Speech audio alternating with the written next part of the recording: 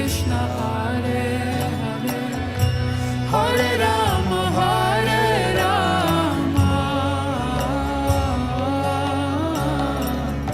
Rama Rama, Hare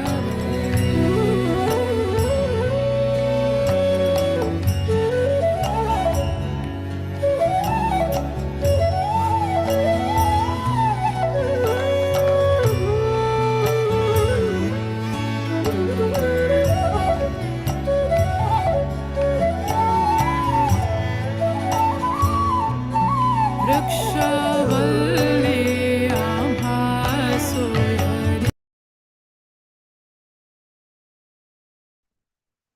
Hare Krishna, everyone. Welcome to Youth Jam. So today we will have a shorter session, as Marj won't be joining, but we'll be getting all our sadhana in as usual. So we'll have some shloka sets, we'll do some reading, and so on. And we're a small group today, so we'd love you all to participate wholeheartedly in the entire session. Haribol Nisha, welcome back. Haribol Vivan Parth, Haribol Chaitanya, Haribol Anupani Bhakti. All right. So we're going to start off Yucham with the prayer as usual. Would anyone like to nominate someone else to give the prayer today? I'll nominate Vivon. You're nominated Vivan. All right.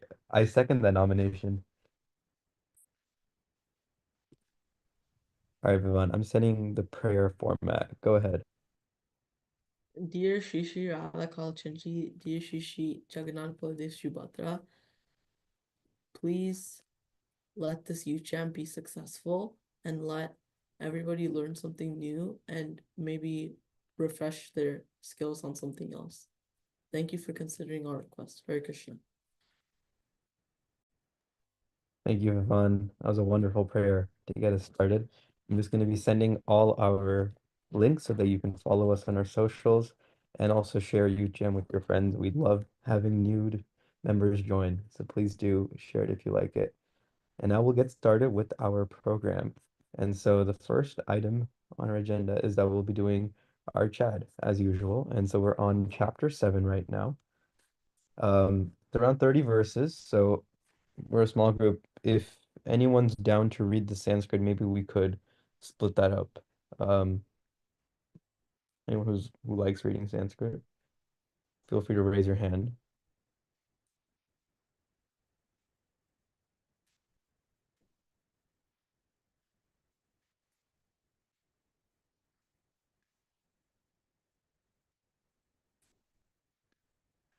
I can read the sense. Go ahead, yeah.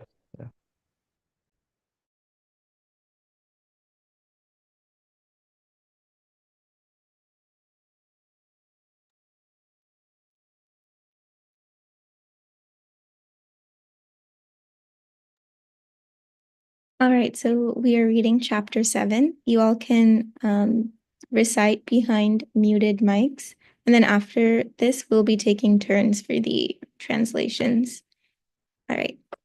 Shri Bhagavanu Vacha Maya Sakta Mana Partha Yogam Yunjan Mad Ashraya Asamshayam Samagramam Yata Gyasya Sichat Tachrinu Jnanam teham savijnanam idam vakshyamyasheshata yajñatva neha bhuyonyaj jnatavyam avashishyate manushyanam sahasreshu kaschid yatati siddhaye yatadamapi siddhanam kaschin mam vedi tatvata भूमिरापो नलो वायु खं मनो बुद्धिरेव च अहंकार इति यं मे भिन्ना प्रकृतिरष्टदा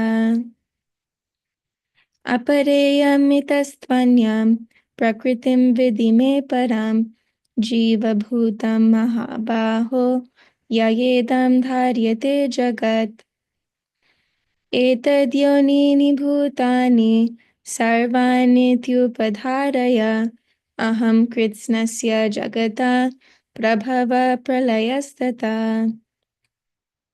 मत्तः परतरं नान्यत् किञ्चिदस्ति धनञ्जय मयि सर्वम् इदं प्रोतं सूत्रे मणिगणा इव रसोऽहम् अप्सु कौन्तेय प्रभास्मि शशि सूर्ययो प्रणव सर्ववेदेषु शब्दः के पौरुषं नृषु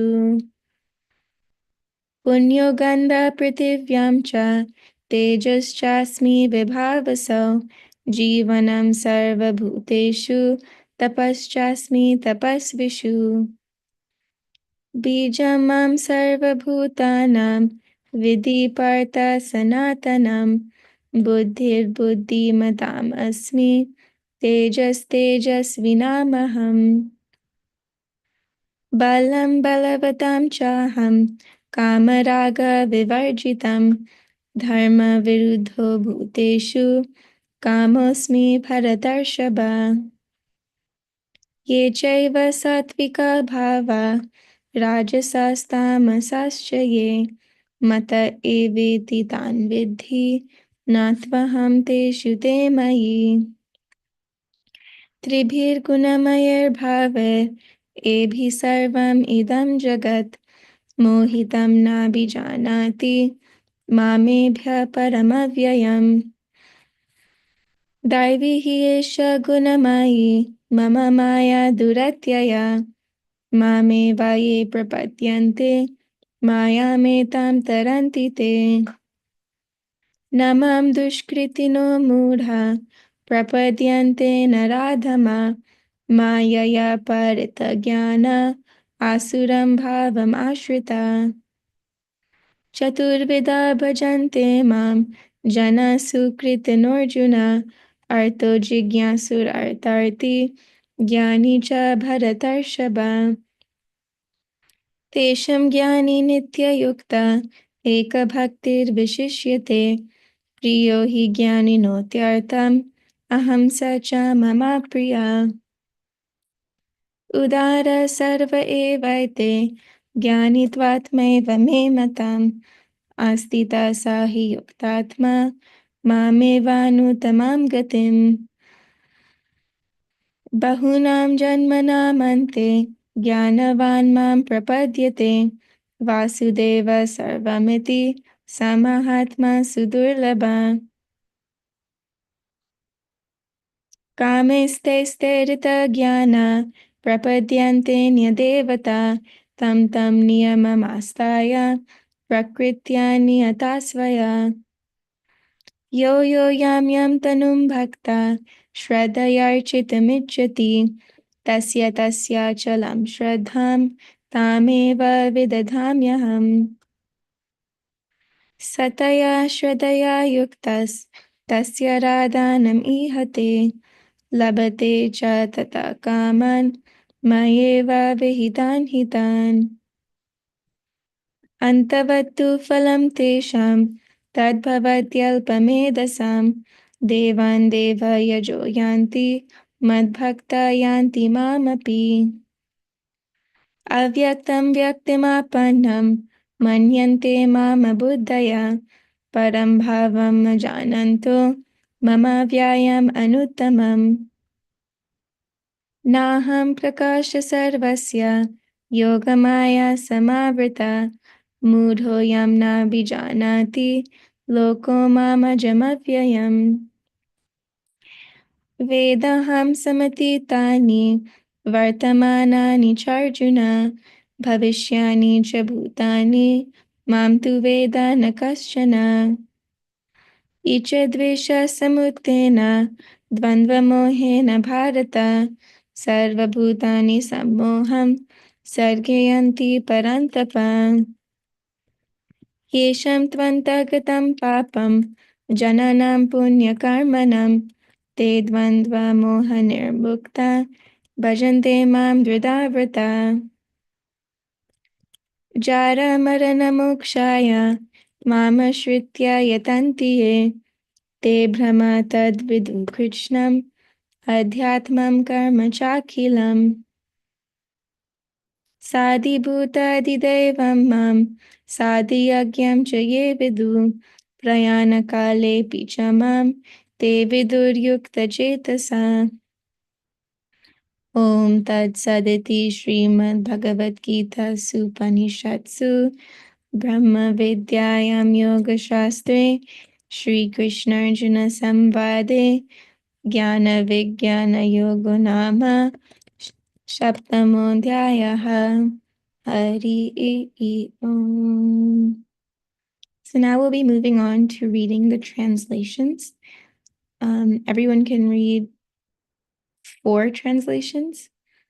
And please raise your hand if you're interested, and Redress will call on you. Parth, you can get us started. The Supreme Personality of Godhead said, "Now hear, O son of Pritha, by how practicing yoga in full consciousness of me, with mind attracted to me, you can know me in full, free from doubt. I shall now declare unto you in full this knowledge, both phenomenal and numerous. This being known, nothing further shall remain for you to know.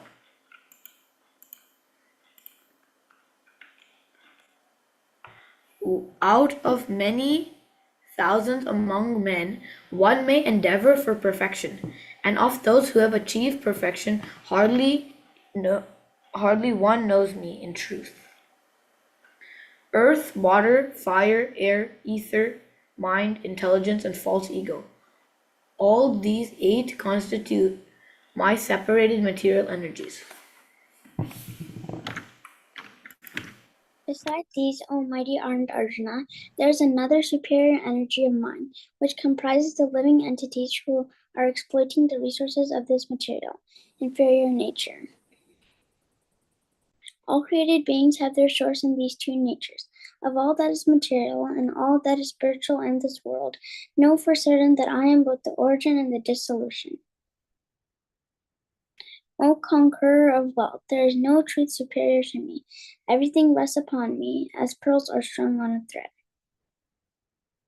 O son of Kunti, I am the taste of water, the light of the sun and the moon, the syllable Om in the Vedic mantras. I am the sound in ether and ability in man. I am the original fragrance of the earth, and I am the heat in fire. I am the life of all that lives, and I am the penances of all ascetics. O son of Pritha, know that I am the original seed of all existences, the intelligence of the intelligent, and the prowess of all powerful men. I am the strength of the strong, devoid of passion and desire. I am sex life which is not contrary to religious principles. O Lord of the Bhartas, Arjuna. Know that all states of being, be they of goodness, passion, or ignorance, are manifested by my energy. I am, in one sense, everything, but I am independent. I am not under the modes of material nature, for they, on the contrary, are within me.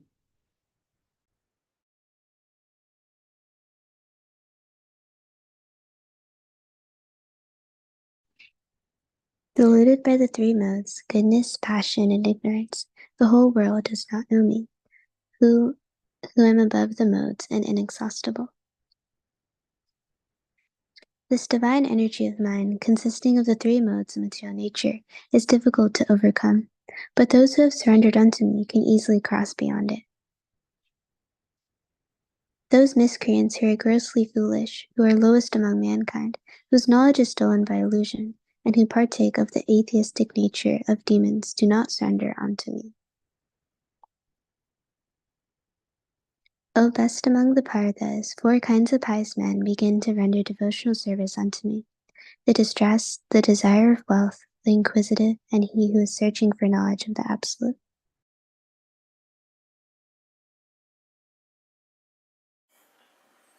Of these, the one who is in full knowledge and who is always engaged in pure devotional service is the best, for I am very dear to him and he is dear to me. All these devotees are undoubtedly magnanimous souls, but he who is situated in knowledge of me, I consider to be just like my own self, being engaged in my transcendental service, and transcendental service, he is sure to attain me, the highest and most perfect goal. After many births and deaths, he who is actually in knowledge surrenders unto me, knowing me to be the cause of all causes, and that is such a great soul is very rare. Those whose intelligence have been stolen by material desires surrender unto demigods and follow the particular rules and regulations of worship according to their own natures. I'm in everyone's heart as a super soul. As soon as one desires to worship some demigod, I make his faith steady so that he can devote himself to that particular deity. Endowed with such a faith, he endeavors to worship a particular demigod and obtains his desires. But in actuality, these benefits are bestowed by me alone. Men of small intelligence worship the demigods, and their fruits are limited and temporary. Those who worship the demigods go to the planets of the demigods, but my devotees ultimately reach my supreme planet. Unintelligent men who do not know me perfectly think that I, the Supreme Personality of Godhead Krishna, was impersonal before and have now assumed this personality. Due to their small knowledge, they do not know my higher nature, which is imperishable and supreme. I am never manifest to the foolish and unintelligent. For them I am covered by my internal potency, and therefore they do not know that I am unborn and infallible. Oh, sorry, I think I read one extra. O Arjuna, the Supreme Personality of Godhead, I know everything. O Arjuna, as the Supreme Personality of Godhead, I know everything that has happened in the past, all that is happening in the present, all things that are yet to come. I also know all living entities, but me no one knows. O Scion of Bertha, O conqueror of the foe, all living entities are born into delusion, bewildered by the dualities arisen from desire and hate.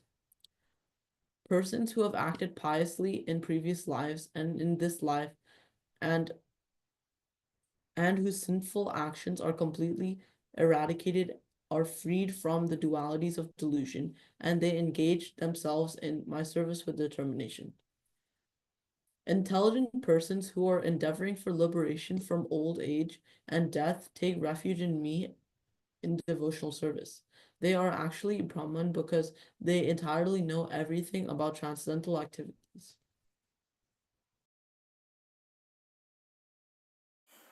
Okay, I'll finish it off.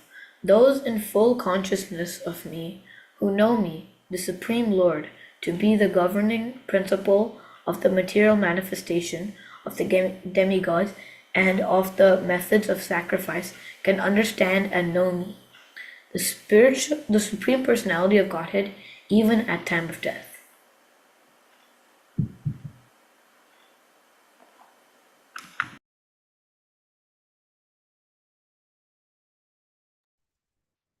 Now we'll be reading some purports. So we'll be going in order and reading the first 3 verses of the book of chapter 7. All right, so I think the first purport is a bit longer, so I think we'll be doing 2 today. Why don't we have 2 volunteers split up the first verse? So you can read the translation as well as have the purport.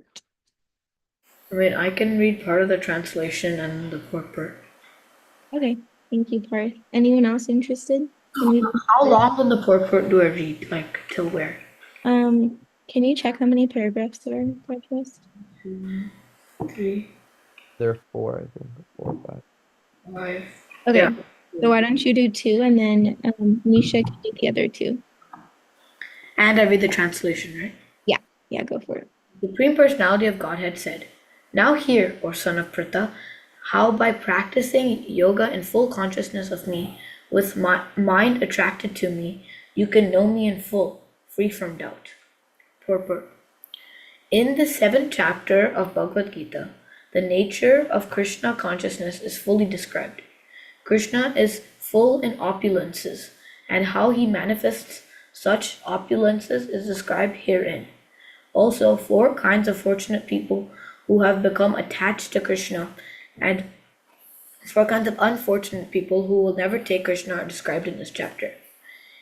In the first 6 chapters of Bhagavad Gita, the living entity has been described as non-material, spirit, soul, capable of elevating himself to self-realization by different types of yogas. At the end of the 6th chapter, it has clearly stated that the steady concentration of the mind upon Krishna, or in other words, Krishna consciousness, is the highest form of all yoga. By concentrating one's mind upon Krishna, one is able to know the absolute truth completely, but not otherwise. Impersonal Brahma Jyotir, or localized Paramatma realization, is not perfect knowledge of the absolute truth, because it is partial. Full and scientific knowledge is Krishna, and everything is revealed to the person in Krishna consciousness. In complete Krishna consciousness, one knows that Krishna is the ultimate knowledge beyond any doubt, different from yoga. Different types of yoga are only stepping stones on the path of Krishna consciousness. One who takes directly to Krishna consciousness automatically knows about Brahma Jyotir and Paramatma in full. By practice of Krishna consciousness yoga, one can know everything in full, namely the absolute truth, living entities, the material nature, and the manifestations with paraphernalia.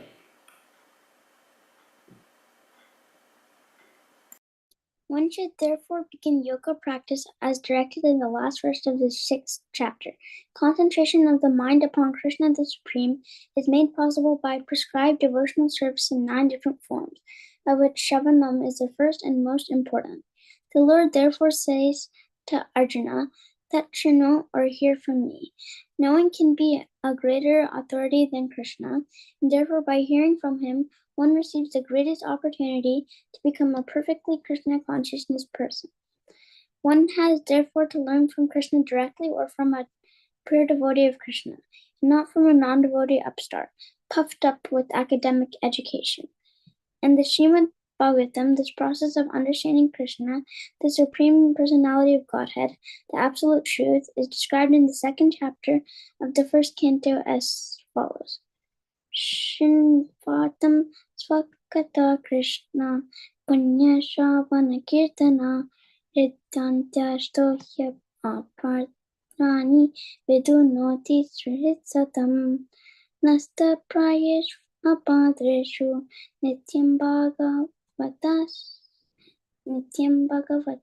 Sevaya Bhagavatyutama Shloke Bhaktir Bhavati Nashtaki Tatta Rajastamo Bhava Kamalopadayaschaye Cheta Etan Anavidam Stitam Sattve Prashidati Evam Prasanna Manaso Bhagavat Bhakti Yogata Bhagavat Tattva Vijnanam Mukta Sangasya Jayate Vidyate Hridaya Grantis Chidyante Sarva Samsaya Kshiyante Shasya Karmani Drishta Evat Manishvare.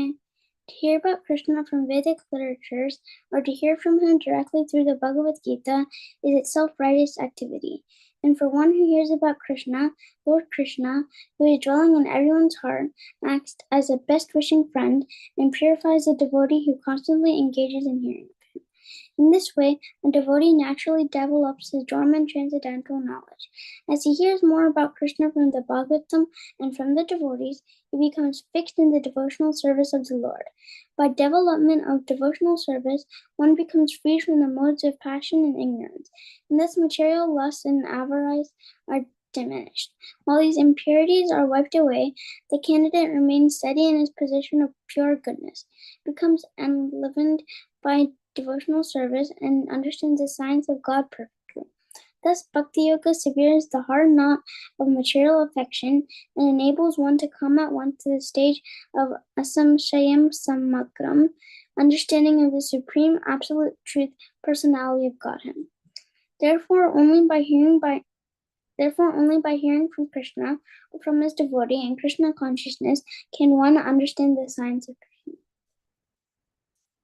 All right, thank you, Parth and Nisha, and good job with the Sanskrit, Nisha. I know there was a lot. Now, does one devotee want to volunteer to read this one? Okay, Vivan, go for it. I shall now declare unto you in full this knowledge, both phenomenal and numinous. This being known, nothing further shall remain for you to know. Purport. Complete knowledge includes knowledge of the phenomenal world, the spirit behind it, and the source of both of them. This is transcendental knowledge. The Lord wants to explain the above-mentioned system of knowledge because Arjuna is Krishna's confidential devotee and friend. In the beginning of the 4th chapter, this explanation was given by the Lord, and it is again confirmed here. Complete knowledge can be achieved only by the devotee of the Lord in distinct succession, directly from the Lord. Therefore, one should be intelligent enough to know the source of all knowledge, who is the cause of all causes, and the only object for meditation in types of yoga practice. When the cause of all causes becomes known, then everything knowable becomes known, and nothing remains unknown. The Vedas, Mundaka Upanishad 1.1.3 say, Kasmin u bhagavo vidyanti sarvam idam vidyantam bhavati. Bhavati. All right, thank you, Vivan. Did you guys have any reflections from that section that we read for chapter 7? I had a question for you guys. What do you think it means to know Krishna in full? Because he kept emphasizing full. So, Parth, yeah, go for it. I think what it means to know Krishna in full is that you know like all about Krishna and you don't think that you're God yourself. Okay, that's cool. So what does everyone else think? What does it mean to know Krishna in full?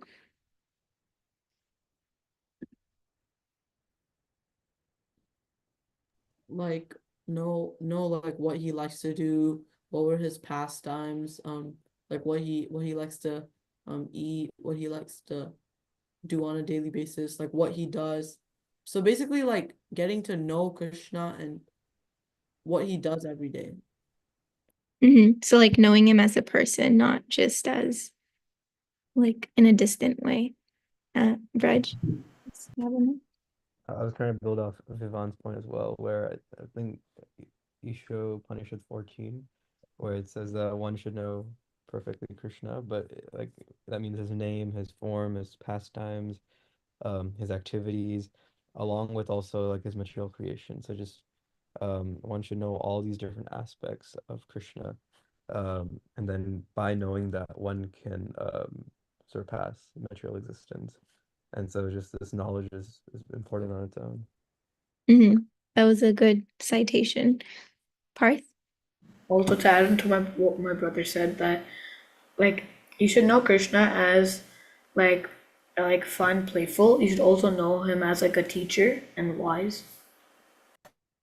Yeah. Yeah, he has many roles. Chaitanya?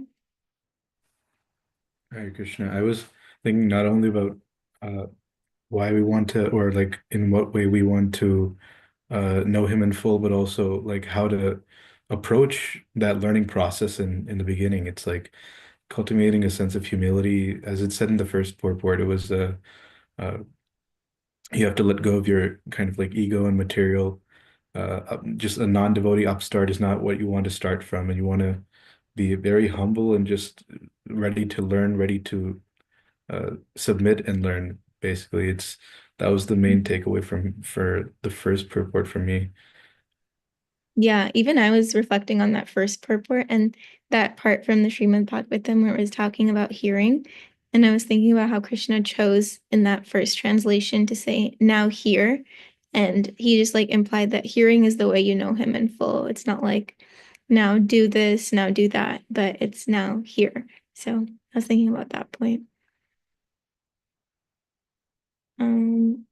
Any other points people have or questions that came up for them as we read the first two? You know what phenomenal and numinous are? Why don't we search them up?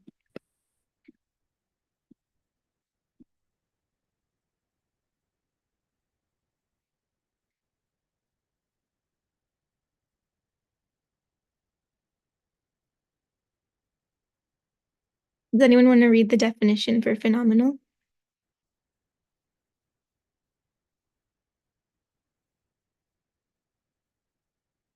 I can read. Yeah, go for it. Okay, pertaining to or the nature of phenomenon, a hybrid, wait, yeah, from phenomenon meaning remarkable expression, uh, exciting wonder. Cool. Do we want to look at the regular definition as well?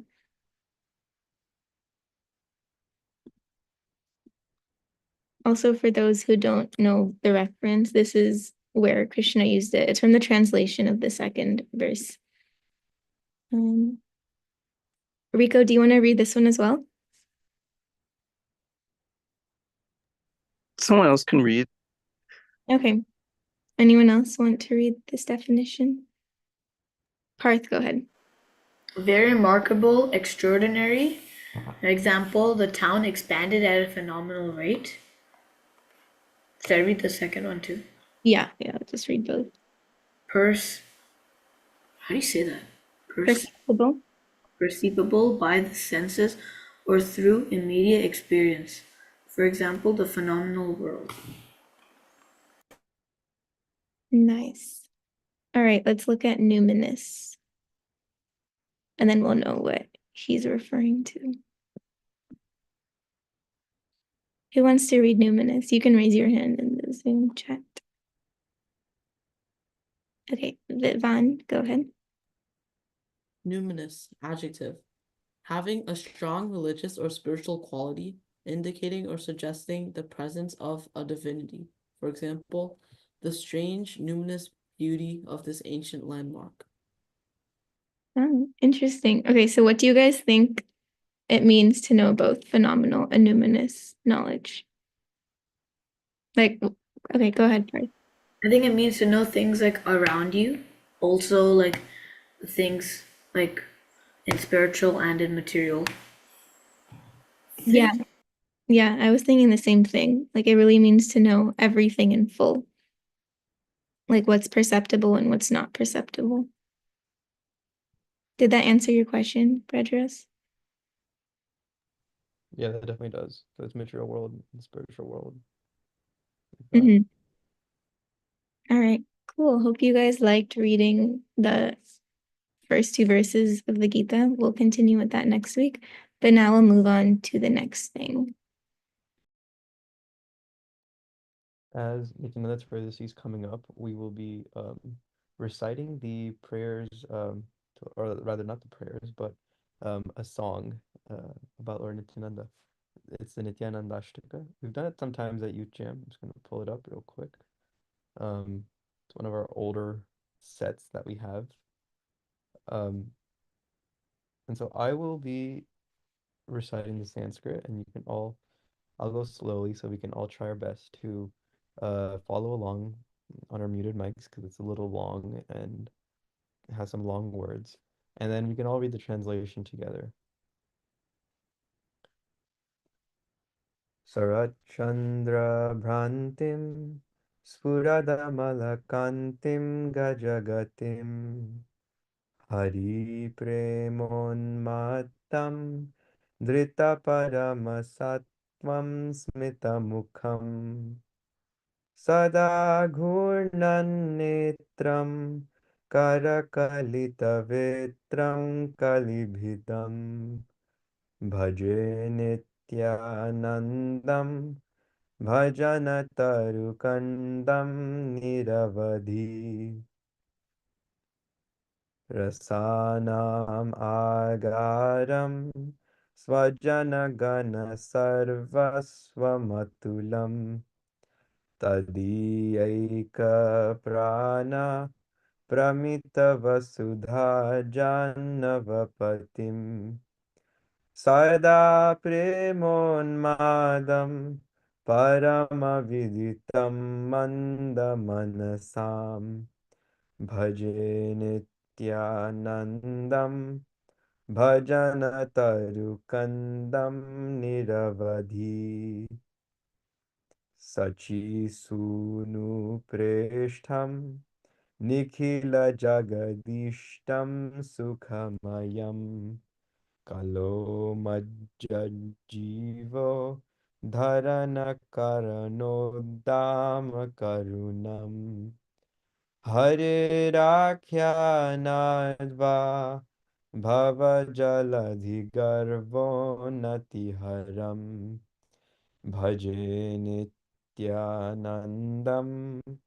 भजनतरुकन्दं निरवधि अये भ्रातर्नीनां कलिकलुषिणां किं नु भविता तथा प्रायश्चित्तं रचय यदनायासत इमे व्रजन्ति त्वामित्थं सह भगवता मन्त्रयति यो भजे नित्यानन्दं भजनतरुकन्दं निरवधि यथेष्टं रे भ्राता कुरु हरिहरिध्वानमनिशम् ततो संसारां बुद्धितरणदायो मयि लगे इदं बाहुस्फोटै अटतिरटयन्या प्रतिगृहम् भजे नित्यानन्दं भजनतरुकन्दं निरवधि बलात् संसाराम्भो निधिहरणकुम्भोद्भवमहो सतां श्रेयसिन्धून् नतिकुमुदबन्धुं समुदितम् खलश्रेणिस्फुर्जित् तिमिरहरसूर्यप्रभमहं भजे नित्यानन्दं भजनतरुकन्दं निरवधि नटन्तं गायन्तं हरिमनुवदन्तं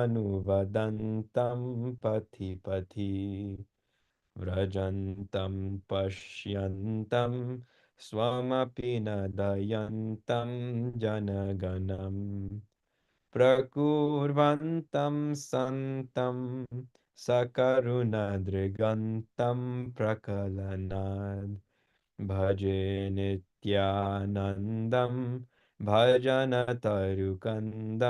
निरवधि सुबिभ्राणं भ्रातु करसरसिजं कोमलतरं मिथो वक्त्रालोकोच्छलितपरमानन्दहृदयम् भ्रमन्तं माधुर्यैरहमदयन्तं पुरजनान् भजे नित्यानन्दं भजनतरुकन्दं निरवधि असानामाधारं रसिकवरसद्वैष्णवधनं रसागारं सारं पतितततितारं स्मरनत परां नित्यानन्दाष्टकमिदमपूर्वं पठति य तदङ्घ्रिद्वन्द्वाब्जं स्फुरतु नितरां तस्य हृदये. I think what we'll do is we'll read 3 translations each, so we just need 3 readers to volunteer. And if you haven't read, I highly encourage you to join in on the fun. All right, Part, you can get us started. Is it three each? Yes, 3 each. I perpetually worship Sri Nityananda Prabhu, the root of the Krishna Bhakti tree, whose bright face mocks the full autumn moon, whose pure complexion glistens, whose gait is like that of a maddened elephant, who is always intoxicated in Krishna Prem, who embodies pure spiritual energy, whose face holds a gentle smile, whose eyes are always rolling due to his absorption in Krishna Prem, whose lotus hands glows a glowing staff, and who, by the performance of Nama Sankirtan, pierces the influence of Kali Yuga. I perpetually worship Sri Nityananda Prabhu, the root of the Krishna Bhakti tree, who is the mainstay of all the rasas, who is everything to his devotees, who is beyond compare, who is the master of both Vasudev and Janavadevi, who considered him more dear than their own lives, who is always maddened in Krishna Prema, and who is unknown only to those in meager intelligence. I perpetually worship Sri Nityananda Prabhu, the root of the Krishna Bhakti tree, who is very dear to Sri Sachinandan, who is worshipped by the entire universe, who is the embodiment of happiness, who possesses infinite mercy by delivering the souls who are drowning in the age of Kali, and who, by the performance of Sri Harinam Sankirtan, thwarts the progressing false pride of the ocean of repeated birth and death. I perpetually worship Sri Nityananda Prabhu, the root of the Krishna Bhakti tree, who said to Sri Krishna Chaitanya, "Hey, brother Gauranga, what will be the destination of the sinful souls of Kali Yuga, and how will they be redeemed? Please devise a method by which they will easily attain you." I perpetually worship Sri Nityananda Prabhu, the root of the Krishna Bhakti tree, who wandered around Bengal and, approaching the doors of each and every home, threw open his arms and exclaimed, "Oh, brothers, all of you should eternally perform Sri Harinama Sankirtan together. By doing so, I will take the responsibility to deliver you all from the ocean of material existence." I eternally worship Sri Nityananda Prabhu, the root of the Krishna Bhakti tree, who is the Agastya Muni who forcibly swallows the ocean of repeated birth and death, and who is a rising full moon which increases the ocean of the saintly person's welfare, and who is a sun which dissipates the darkness of ignorance cast by the various classes of miscreants. I eternally worship Sri Nityananda Prabhu, the root of the Krishna Bhakti, who wandered on every path in Bengal dancing, singing and calling out Hari Bol, and who lovingly bestowed merciful sidelong glances upon those who were not compassionate to even their own selves. I eternally worship Sri Nityananda Prabhu, the root of the Krishna Bhakti tree, who held the supremely soft lotus hand of his brother Sri Gauranga Mahaprabhu, whose heart became filled with the highest bliss when the two brothers gazed into each other's faces, and who wandered here and there, delighting the townspeople with his sweetness.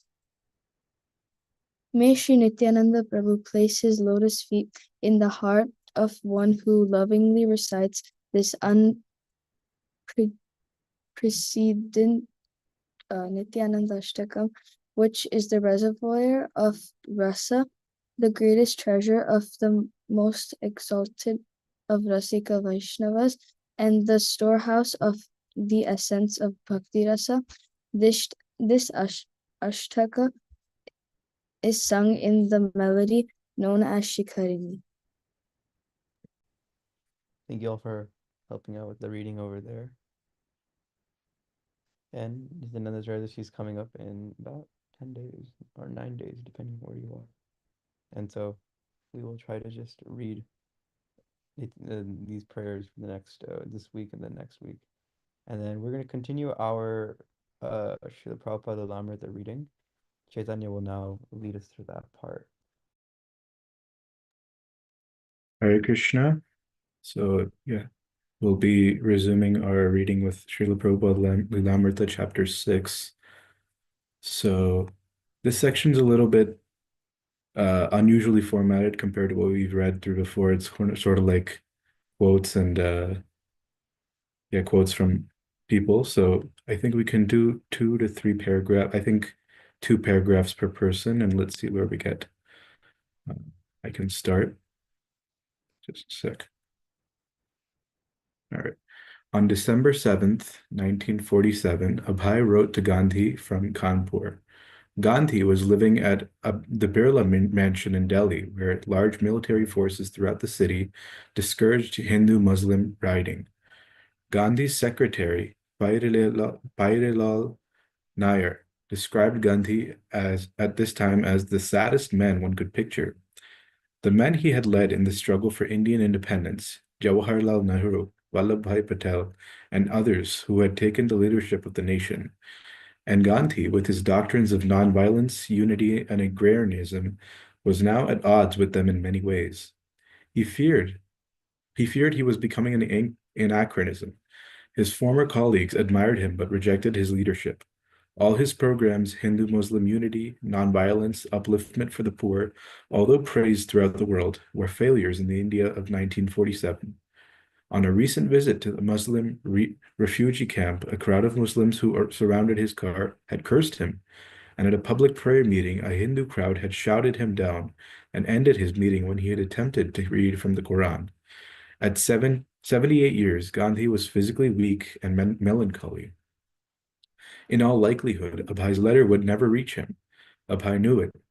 Sending a letter to Gandhi would be like putting a note in a bottle and sending it to sea. It would arrive in the flood of mail, and Gandhi would be too busy to see it. But Abhai sent it nonetheless. Part, you can continue. So do I read like 2 paragraphs? Yeah, Reading the letter. you can read the letter, yeah. Dear friend Nata Maji, please accept my respectful namaskar. I am your unknown friend, but I had to write to you at times, and again, although you never cared to reply to them. I sent you my papers back to Godhead, but your secretaries told me that you had very little time to read the letter, and much less for reading the magazine. I asked for an interview with your busy secretaries, but your busy secretaries never cared to reply to this. Anyways, I'm your old friend, although unknown to you. I am writing to bring you to the rightful position deserved by you. As a sincere friend, I must not deviate from my duty towards a friend like your good self. I tell you, as a sincere friend, that you must immediately retire from active policies if you do not desire to die an inglorious death. I have 125 years to live, and as you have desired to live. But if you die in inglorious death, it is no worth. The honor and prestige you have obtained during the course of your present lifetime were not possible to be obtained by anyone else living within the living memory. But you must know that all these honors and prestiges were false, inasmuch as they were created by the illusionary energy of Godhead created by Maya. This saddest falsity, I do not mean to say that so many of your friends were false to, nor were you false to them. But this falsity, I mean illusion, are the words false friendships and honors obtained thereby were but creation of Maya, and therefore are always temporary or false, as you may call it. But none of you, neither your friends nor yourself, know this truth. Thank you, Parth. Vivaan, you can continue. A sadhu is not supposed to flatter, but to cut. This is the basis of his friendship, that he cuts away the illusion of the materialistic person. Mahatma Gandhi, forsaken by his friends, bitterly disappointed at the outcome of the long, hard struggle for Indian independence and apprehensive about the future, had been reduced to a position in which he might be able to realize that his friends and work were ultimately illusory. Thus, it was the perfect time for him to comprehend Abhay's message. Now, by the grace of God, that illusion is going to be cleared, and thus your faithful friends like Acharya Kripalini and others are accusing you for your inability at the present moment to give them any practical program of work as you happen to give them during your glorious days of non-cooperation movement. So you are also in a plight to find out a proper solution for the present political tangle created by your opponents. You should therefore take a note of warning from your insignificant friend like me, that unless you retire timely from politics and engage yourself cent percent in preaching the work of Bhagavad Gita, which is the real function of the Mahatmas, you shall have to meet with such an inglorious death, such as Mussolini, Hitler, or Lloyd George met with. For years, Abhay had wanted to approach Mahatma Gandhi with this message. In fact, he had written it before, although it had been of no avail. But now he was convinced that unless Gandhi got out of politics, he would soon die in inglorious death. That Gandhi was remaining active in politics rather than preaching devotional service put him in a need of warning. Abhay was writing to save a friend. Thank you, Vivaan. Brajas.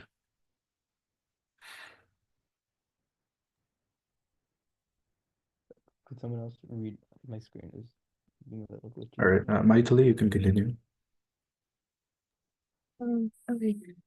You can easily understand as to how some of your political enemies in the grab of friends, both Indian and English, have deliberately cheated you and have broken your heart by doing the same mischief for which you have struggled so hard for so many years.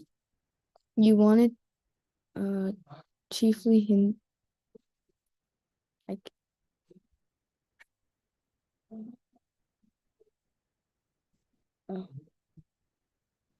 I can't see the last part.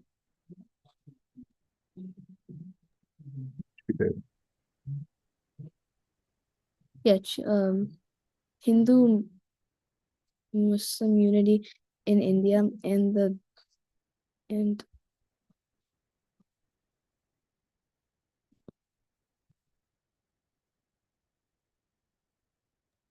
Is it? there's like a tab like on the side. Brajas, you want to see what that is? Okay, Yeah, yeah, that was good. Yeah. in India, and they have tactfully managed to undo your work by creation of the Pakistan and India separately. You wanted freedom for India, but they have given permanent dependence of India. You wanted to do something for the upliftment of the position of the Bhangis, but they are still rooting as Bhangis, even though you are living in the uh, Bhangi colony. They are all there, all therefore illusions, and when these things will be presented to you as they are, you must consider them as God sent. God has favored you by dissipating the illusion you were hovering in, and by the same illusion you were nursing those ideas as truth. Abhay fruitfully attempted to inform Gandhi that there was nothing absolute within this relative world. Ahimsa or non-violence must always be followed by violence, just as light is followed by darkness. Nothing is absolute truth in the dual world. You did not know this, Abhay wrote, neither you ever cared to know this from the right sources, and therefore all your attempts to create unity were followed by disunity, and ahimsa was followed by himsa. Abhay pointed out that Gandhi had never undergone the standard practice of spiritual advancement, namely accepting a bona fide spiritual master. Although Bhagavad Gita declares the necessity of accepting a guru in the disciplic succession, Gandhi was well known for listening to his inner voice and for attracting ideas of from various writers like Ruskin and Thor. I don't know how I say that. Thoreau, and mixing them with teachings from the New Testament and the Gita. Had Gandhi approached a guru, Abhay said he would not have become bewildered within this sphere of relative truth. In the Katha Upanishad, it is ordered that one must approach the bona fide guru who is not only well versed in all scriptures of the world, but is also the realized soul in Brahman, the Absolute, in order to learn the science of absolute truth. So also it is instructed in the Bhagavad Gita as follows: Tad Badi Praneta Pari Parnasa Sabaya Upadeshaniti Te Janam Janamya Tadvada.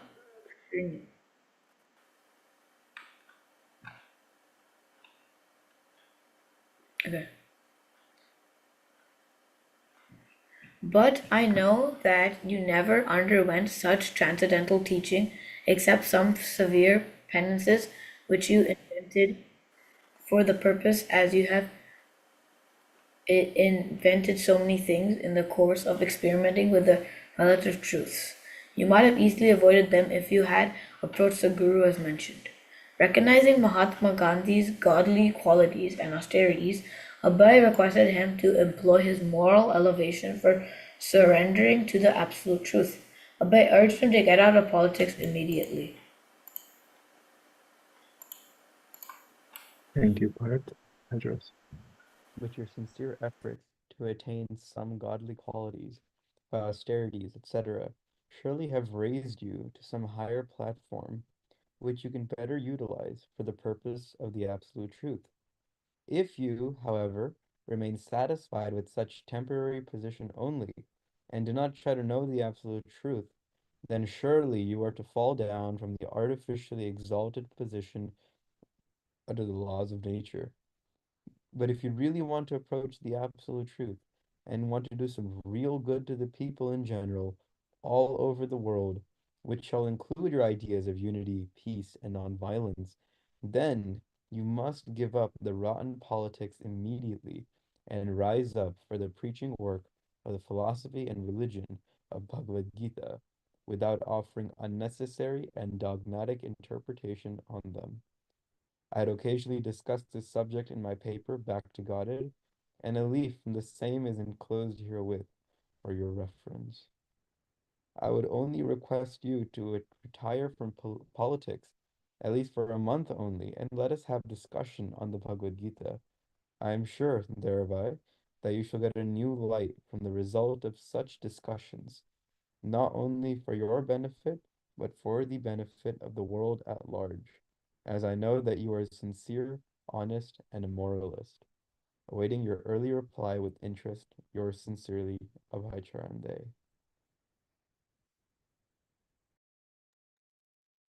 Might you want to finish it off? Yeah. There was no reply. A month later, Gandhi announced that he would fast until death unless India made a payment of 550 million rupees to Pakistan, a previous condition of the partition agreement. At first, Hindu refugees from Pakistan demonstrated outside Gandhi's darkened room, chanting, "Let Gandhi die." But as he fasted each day closer to death, he rose the heartfelt concern of the nation, and the government leaders repaid the money to Pakistan. Then great crowds approached him, chanting, "Let Gandhi live." Meanwhile, Hindu-Muslim violence continued. On January 30th, the day after he had drafted a new constitution for the Congress Party, Gandhi took his evening meal, worked at his spinning wheel, then walked towards his evening prayer meeting and was shot 3 times in the chest. He died crying out the name of God, "Hey Rama." Abhay's letter of the previous month suddenly read like a prophecy. It had not been read by the person for whom it had been intended. Then the direct. Thank you, Maitri. Yeah, we can end there. It's a neat transition anyway from in the story as well. Thank you everyone for reading. Thank you, Maitri and Parth and Vivan for reading as well. So I'll hand it back to Brajaras and we can have a closing discussion about the program. So now this is some time where we have to just share your reflections from the program today, and then also in general from your week if you want to share anything that you have tried out from last week. We had the goal setting workshop. Maybe if you tried out some goals, you can share that. Parth, go ahead. I liked in the purport how Prabhupada was telling Gandhi that you should follow Krishna consciousness. It'll help you more in life than politics. And I think that's what everybody needs. It's just like a good guru to help them everywhere. Thanks, Parth. Yeah, it's really interesting how Prabhupada said that Gandhi just didn't have a guru. Otherwise, he was on the right path. He was a very ripe soul. Any other reflections or realizations? Chaitanya? I was wondering because I don't know, obviously, it's not known that Gandhi had a specific. He went to a spiritual master or anything and took to that path. Rather, he took the more political path in life in general. But I was just wondering because there's this quote, some of the quotes on the back of the Bhagavad Gita. I don't know if the new editions have all of them, but I remember a certain edition of the Gita, maybe 10, 15 years ago, had one of the quotes was from Mahatma Gandhi, which was when I think doubts haunt me and something stares me in the face, like just when he's in a sort of depressed attitude or in a very confused mood, he looks to the Bhagavad Gita and he always happened to stumble upon some sort of answer that at least temporarily gave him some relief. So I was wondering if how familiar with the Gita he was really, because it seemed from Prabhupada's point of view that he wasn't really that much acquainted with the teachings that he was supposed to be as he was recommending in the letter, but based on that quote that like it's published on the official Gita. I was just wondering, I don't know if you know or anyone knows what sort of degree was Mahatma Gandhi really acquainted with the Bhagavad Gita. I think what Prabhupada was saying was that he was pretty acquainted with it and he would read it, but maybe it was, from what I understood from his letter, it was more on the side of applying those teachings, and refocusing, because Gandhi's main mission, as Prabhupada mentioned here, was politics, and he's like you shouldn't be satisfied with such a temporary position, or be satisfied so early. Like we have to talk about the absolute truth. We have to go deeper, and so I think a lot of people can take things from the Bhagavad Gita at any stage in their life, but Prabhupada was suggesting that he had the opportunity to go deeper. That's what I understood from it. Maybe someone else wants to share their thoughts as well.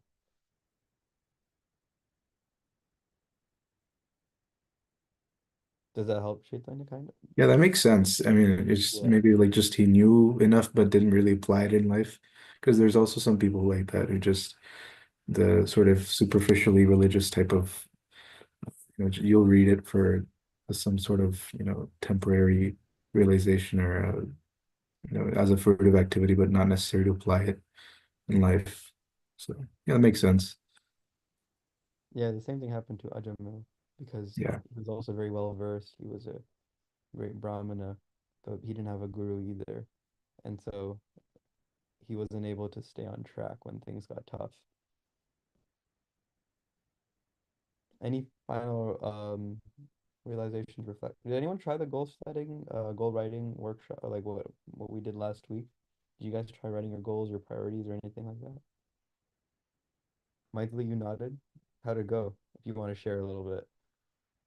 I think it really worked well. I tried writing down all my goals on like sticky notes, and I made like a little board in front of my desk and I hung up all my goals. I think that really helped to like visualize all your goals so that you remember them throughout the day and you can implement them. So you made them very visible for yourself. Yeah. That's nice. Anyone else try out the goals? Anyone try writing them at least? Or just thinking about them?